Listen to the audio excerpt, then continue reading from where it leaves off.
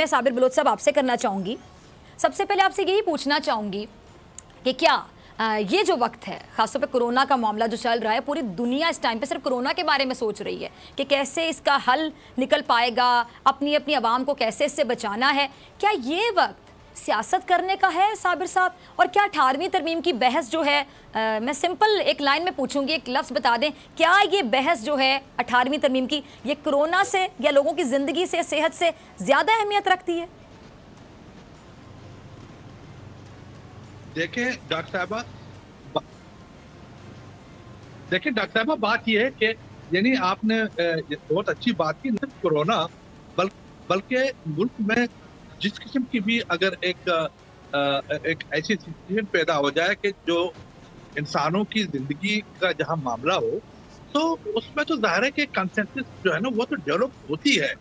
अच्छा, लेकिन अब आपने एक चीज देखा कि और वो भी यानी हर सूबे को और हर स्टेक होल्डर को ये राइट है, ये हक है कि वो उसी तरह सोचे, उसी तरह एक्शन करे, काम करे कि जिससे मुल्क का, लोगों का, अवाम की जिंदगी का तहफ़्फ़ुज़ हो। अभी आप देखें कि ये ऐसी वबा है कि पूरी दुनिया में यानी लॉकडाउन हुआ। अब ये तो उस वक्त तो एक ऐसी अजीब सी सिचुएशन थी कि किसी को इकोनॉमी का या किसी का पता ही नहीं था। सिंध गवर्नमेंट तो यही सोच रही थी, चेयरमैन बिलावल भुट्टो साहब के इंस्ट्रक्शन से, कि किसी न किसी तरीके से आपने लोगों की जान और माल की हिफाजत करनी है। अच्छा, लेकिन अनफॉर्चुनेटली फेडरल गवर्नमेंट शायद इस बात को समझ नहीं सकी, या उनको वो जो है ना वो पता नहीं कि क्या राइम थे, क्या बातें थी, क्या कुछ था, लेकिन वो दुनिया ने देखा, पाकिस्तान ने देखा, मीडिया ने देखा, आप सब ने देखा, संभाला दिया। अच्छा, अब ये एक ऐसी इमरजेंसी है, एक ऐसी जो है ना यानी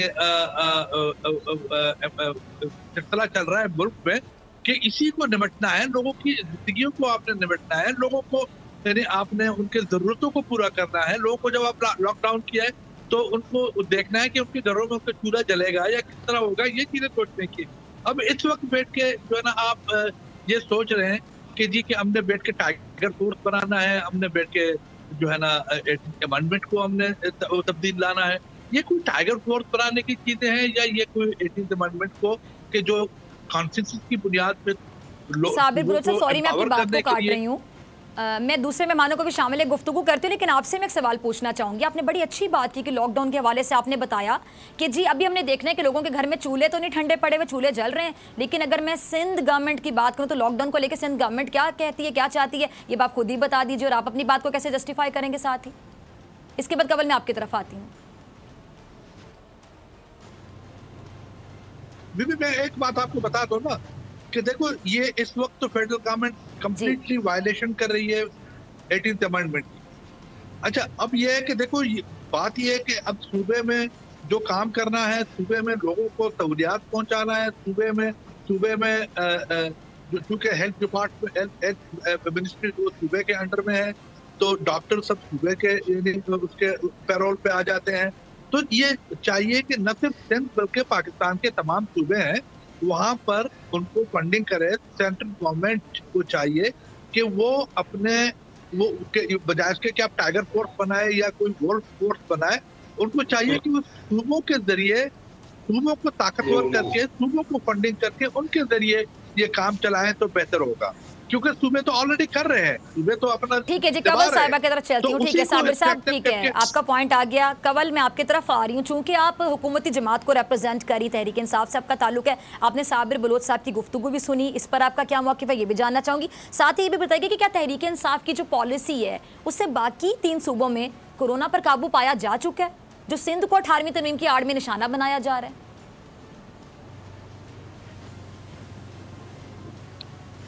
बिस्मिल्लाहिर्रहमानिर्रहीम। थैंक यू वेरी मच फ़िज़ा। मैं थोड़ा सा आपको करेक्ट कर दूं, 18वीं तरमीम ख़त्म करने का हमारा कोई इरादा नहीं है। 18वीं तरमीम में लगभग 101 शिकें हैं, जिनमें से चंद शिकें ऐसी हैं जिनको रीविज़िट किया जा सकता है, क्योंकि ये एक आसमानी सहीफ़ा नहीं था जो पाकिस्तान पर नाजिल हुआ था, ये इन्हीं लोगों ने मिल के बनाया था, जिसको पार्लियामेंट में डिस्कस नहीं किया गया था।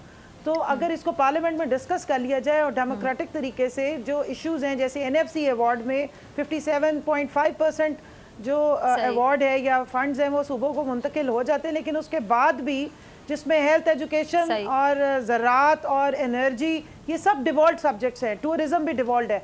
लेकिन फिर बिलावल जरदारी साहब जो हैं वो बैठ के कहते हैं कि डिस्ट्रिक्ट लेवल पे भी आके जो है इमरान खान साहब और फेडरल गवर्नमेंट काम करे।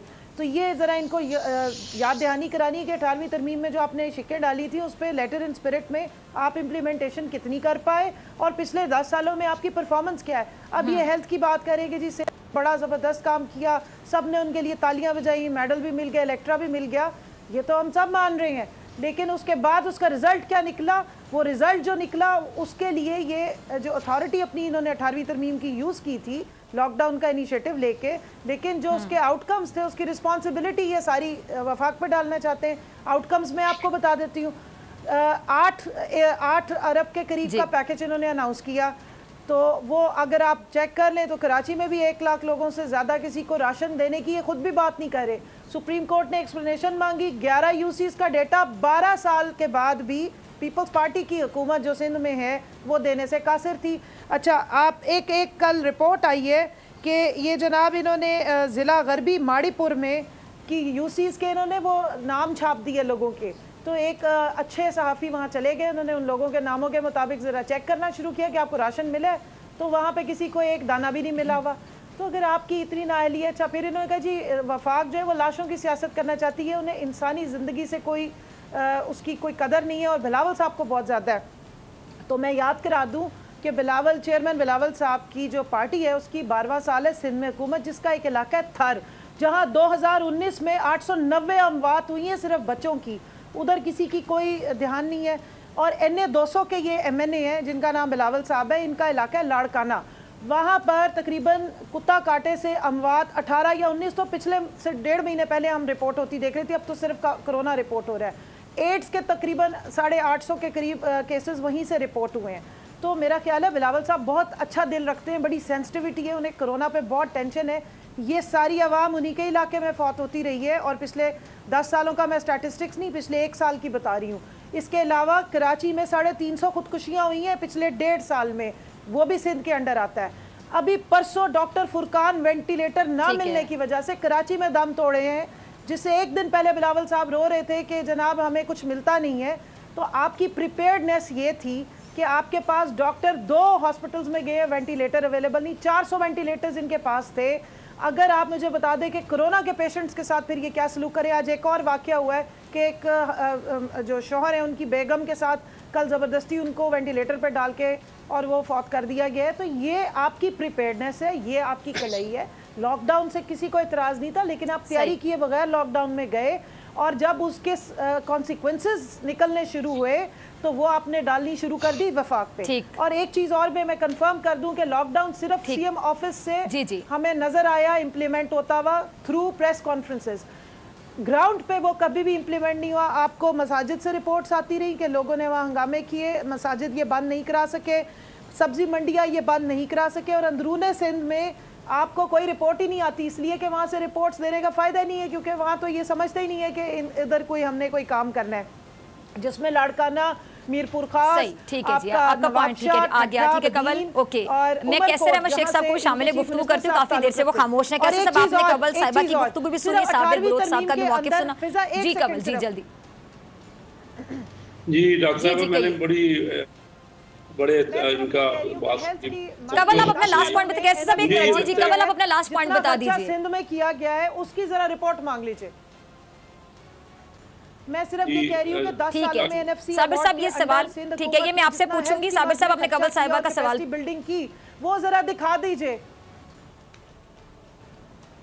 ठीक है जी, ठीक है जी। साबिर बलोच साहब इसका जवाब लूंगी, पहले कैसर अहमद शेख साहब आपकी तरफ आना चाहूंगी। मेरे ख्याल से मुझे सवाल पूछने की जरूरत नहीं है, आपने बहुत से पॉइंट सुनेंगे, दोनों मेहमानों के आप जवाब देना चाह रहे होंगे। जी मैंने बड़े तवज्जो से दोनों बातें सुनी। मुझे ऐसा लगता है जैसे हम एक मुल्क में आपस में दुश्मनी के ऊपर उतर आए। देखिए इस वक्त ऐसा मौका था, पूरी दुनिया में सब जगह कोरोना और भी आया, तमाम इस वक्त पॉलिटिकल पार्टियां और तमाम लोग आपस में मिल के काम कर रहे हैं।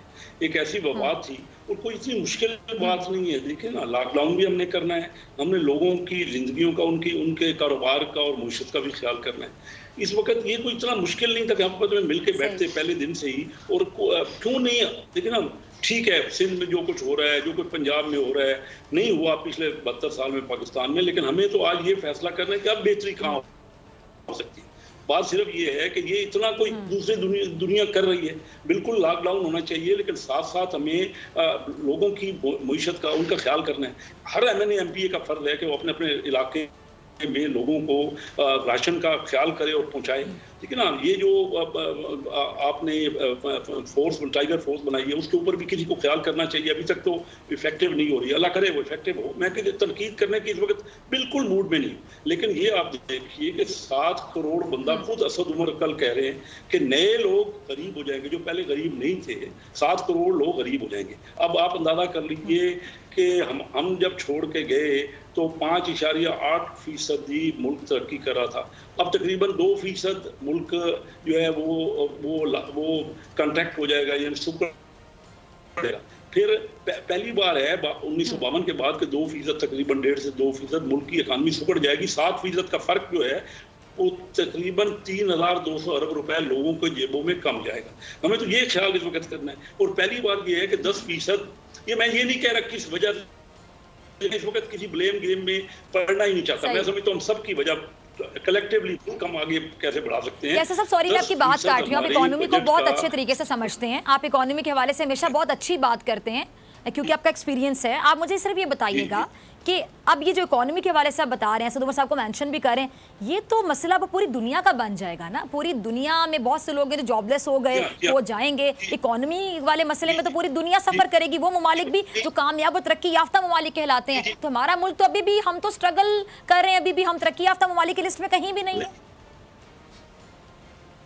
डॉक्टर फिदा, वो तो पहले तरक्की याफ्ता थे ना। देखिए हमारे हालात जो खराब, जो आम लोग का जो ख्याल है, वो तो आप दुरुस्त कह रही है कि सारी दुनिया का मामला है, मैं इसमें इख्तिलाफ नहीं कर रहा। मैं ये कह रहा हूँ जो हमारा सूरत बनेगी, हमने तो अपना देखना है कि अगर 7 करोड़ बंदा नया गरीब हो जाएगा और 1.5 करोड़ बंदा जॉबलेस, तो उसका ख्याल, मैं नहीं कह रहा कि दुनिया में क्या हो रहा है, मैं कह रहा हूँ हमारे जो सूरत हाल ठीक है जी, इकट्ठे होकर कैसे सबकी आवाज मुझे सही तरीके से नहीं आ रही। ठीक है साबिर बलोच साहब, आपकी तरफ आ रही हूँ। कवल, आप, मैं चाहती हूँ आप जरा दोबारा वो सवाल दोहराइए जो आप 6 शहर, 6 टीम, 6 सेलिब्रिटी कैप्टन। सिर्फ 1-2 शहर नहीं, हमारे साथ खेलेगा पूरा Pakistan. Karachi knights, Lahore leopards, Islamabad eagles, Kashmir heroes, Quetta wolves, Peshawar hawks.